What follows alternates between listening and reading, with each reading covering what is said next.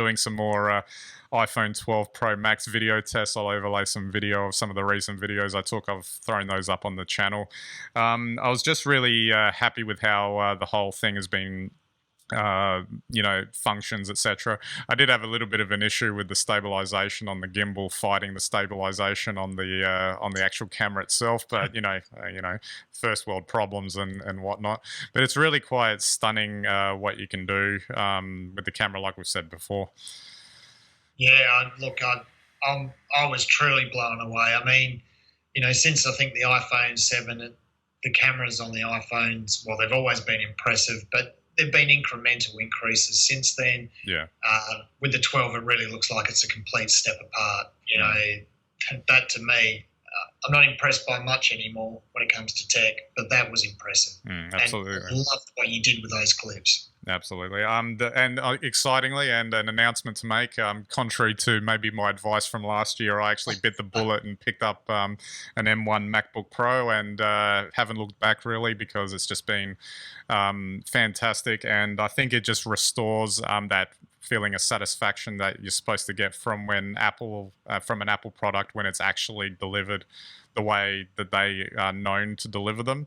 The thing that really impressed me though was just not only does you can really throw some really high intensive stuff at it, and the battery doesn't really die that quickly. Right now, in recording this podcast, for instance, like the fans would be kicking up. I would have to be editing it out of the audio feed. I'm not hearing a thing coming from it, and I just touched it before, and it's still cool. No heat generated whatsoever. It was the old one would have been boiling hot by this point.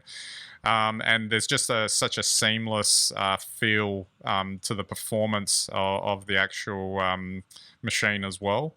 And although there's a couple of little hiccups with I did have that, because I'm nuts, I did like to run Windows on it through Parallels, but that's not supported at the moment. And I think also, I think this will be improved with time, is that the feature of iPhone and iPad apps being able to be run on it is there, and I've gotten some of the ones that I use regularly to work. A lot of the others don't. I've had instances where they don't open at all, or they don't look right, or you can tell they should be optimized better for a laptop screen rather than an iPad or iPhone screen, etc. Yeah. But that's all stuff that comes with time. I mean, after all, these laptops have only been with us for about 2 months, I think. So it's pretty impressive out of the gate.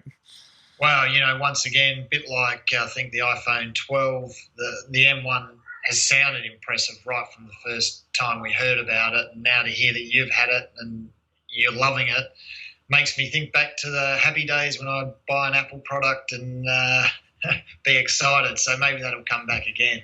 Well, actually, I think I stand by my recommendation from last year. If you're going to skip like the first version, the rumor is that a nice 14-inch version without touch bar and ports is rumored to be making a comeback. So I figure that's the machine for you. It sounds like it. I can't wait. I'll certainly be on the lookout for that this year. With a nice little M2 chip in it, I'm sure.